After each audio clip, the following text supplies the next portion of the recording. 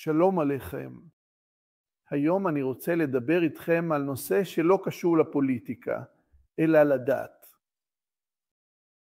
הקדוש ברוך הוא נתן ליהודים מצוות, וגם נתן ללא יהודים. לנוצרים, למוסלמים, גם כן מצוות, ואנחנו קוראים להן כך, 7 מצוות בני נח. אני רוצה לספר לכם על 7 האלה. ואם תקפידו עליהן, החיים יהיו טובים וקלים יותר. רחוק מהמוסכמות, רחוק מהמוות, וגם על שנאה. בואו נתחיל במספר 1. אמונה באל אחד, וזה בטוח שקהל המוסלמים מאמינים באחדות האל. צריך לעבוד ולהתפלל לאל אחד. זוהי המצווה הראשונה. המצווה השנייה, כבוד לאלוהים, לשבח את אלוהים. אל תעליב את העצמי האלוהי. אסור לכם לקלל את תראו מה קרה בעזה. תראו מה קורה בעזה.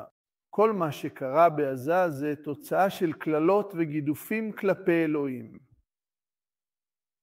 לא, השבח לאל. צוואה מס. 3, כבוד לאדם.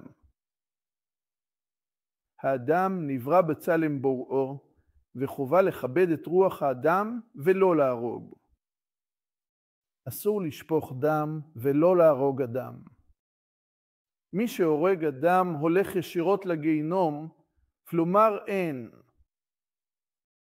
אנחנו מאמינים שמי שהורג אדם הולך ישר לגיהינום האדום.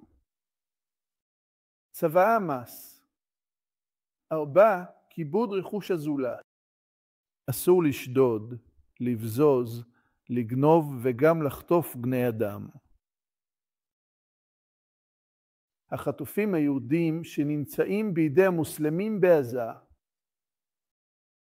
זה מנוגד לרצון אלוהים. ואני אומר לכם, עזה ורפיח נהרסו בגלל שחטפו יהודים ועד עכשיו לא שחררו אותם. מספר 5, המצווה מספר 5, כיבוד מוסד המשפחה. איסור משכב זכר.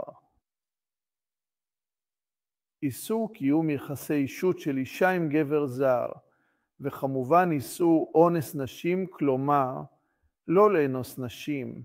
זו המצווה מספר 5, המצווה מספר 6, כיבוד. כיבוד כל היצורים החיים.